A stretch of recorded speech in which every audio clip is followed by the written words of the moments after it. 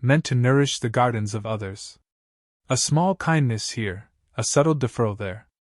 It carries the weight of virtue, the soft glow of being the one who cares the most.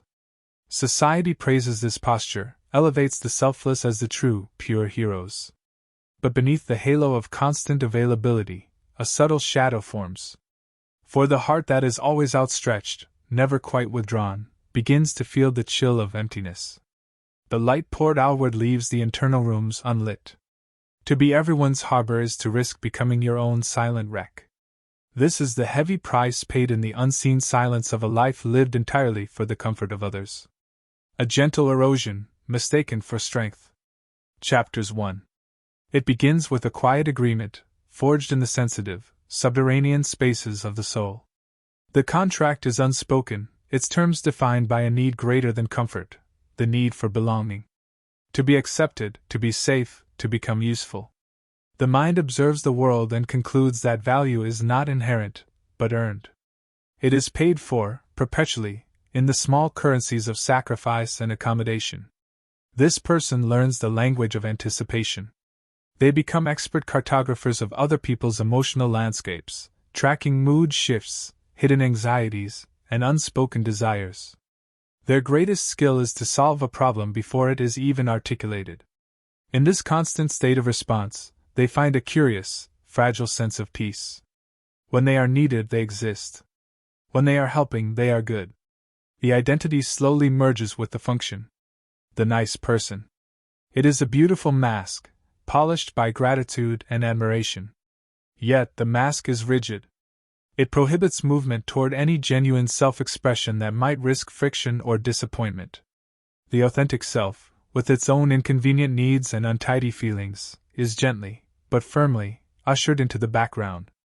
This is the great exchange. They trade the profound uncertainty of being truly known for the predictable certainty of being constantly wanted. But utility, by its nature, is conditional. And in the continuous performance of selflessness, the spirit begins to wither from a silent, internal drought. They have built everyone else's house, leaving their own foundation unattended. Chapters 2. The deepest psychological patterns are not chosen, they are inherited, whispered down from the earliest stages of life.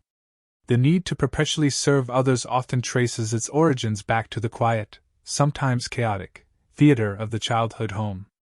Here, the young mind is tasked with survival, and the most compelling strategy is often to become the peacekeeper or the caretaker. Perhaps the environment required constant emotional regulation. A parent struggled, and the child unconsciously stepped into the role of the stabilizing force, the emotional glue. They learned to prioritize the adult's complex feelings over their own simpler, vulnerable needs. They discovered that being good, being useful, guaranteed a momentary ceasefire, a fragile sense of safety. Love became transactional. The small self concluded, if I cause no trouble, if I anticipate every need, if I disappear into my helpfulness, then the system will not break, and I will not be abandoned. This is the profound, unconscious vow taken in solitude. This child was not fully seen for who they were, but for what they did. They were not loved unconditionally, but were rewarded for their performance of selflessness. Decades later, the adult carries this antique blueprint. The need to please is merely the echo of a child's sophisticated, desperate attempt to secure love and ensure safety. The behavior is no longer a conscious choice but a deeply grooved neural pathway, a survival reflex that keeps scanning the environment for instability. They are still trying to earn the love they should have simply been given. Chapters 3. The constant outward focus is not just a habit, it is a physiological stance, an expression of the nervous system under perpetual strain. When the environment is perceived as requiring constant appeasement, when acceptance feels conditional, the body adapts by triggering a deeply defensive posture. This is the realm of the fawn response, a sophisticated survival mechanism that falls under the umbrella of trauma responses: fight, flight, freeze, fawn. In this state, the brain is hypervigilant, scanning relentlessly for threats, yet the threat is often emotional disapproval or conflict. To preempt this pain, the system activates behaviors designed to soothe the perceived aggressor or meet the need of the other, thereby reducing the likelihood of confrontation. The sympathetic nervous system is perpetually primed, or sometimes, the dorsal vagal system triggers a functional collapse into compliant helpfulness. This constant performance consumes immense biological resources. Levels of cortisol and adrenaline remain chronically elevated as the body prepares, moment by moment, to sacrifice its own needs. This neurochemical imbalance leads to profound emotional exhaustion and, paradoxically, a kind of internal numbness. The inner world must be quieted so that the external world can be tended to without distraction. The brain prioritizes external validation pathways to mitigate threat, effectively ablating the internal signals of hunger, fatigue, or desire. To the outside world, this looks like unwavering generosity. Internally, it is a high-cost biological tax, a silent, self-inflicted stress that eventually compromises physical and emotional resilience. The body keeps the score of every deferred need, every silent suppression of the self. Chapters 4. The natural consequence of a life lived externally is the formation of an invisible barrier between the self and the world. This barrier is constructed from the bricks of unvoiced needs and the cement of constant compliance. Outwardly, the person is a seamless extension of helpfulness, a perfect projection of calm acceptance. Inwardly, the suppression creates pressure, leading to a profound, agonizing conflict. The person yearns for authentic connection, for the relief of being truly seen, flaws and all. Yet, their entire system is designed to prevent this vulnerability. They equate establishing a boundary with an act of selfishness, a moral failing that risks the very rejection they are trying so hard to avoid. So, they continue to give, smiling while the internal self recoils. This creates a psychological paradox. The desire for closeness leads to behaviors that push intimacy away. Beneath the veneer of selfless service, a quiet toxicity begins to ferment. It manifests not as overt anger, but as a subtle, pervasive resentment. This resentment is the ghost of the needs they refuse to acknowledge. Every act of sacrifice that was not freely chosen, but performed out of obligation and fear, adds another drop to the inner well of bitterness. They start to feel victimized by the very people they volunteered to help. The truth is, boundaries are not acts of exclusion, they are definitions of self.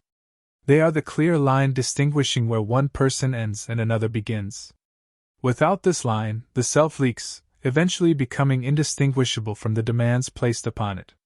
The invisible barrier protects not others, but the false self, trapping the real one behind a wall of beautiful, yet debilitating, obligation. Chapters 5. The pattern of relentless self-sacrifice, like any unsustainable system, must eventually reach a breaking point. This is the gentle withdrawal, a necessary, if initially frightening, turning point. It is rarely a dramatic crash.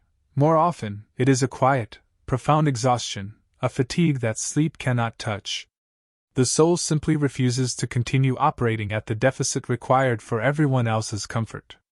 The realization surfaces not through intellectual decree, but through the body's wisdom.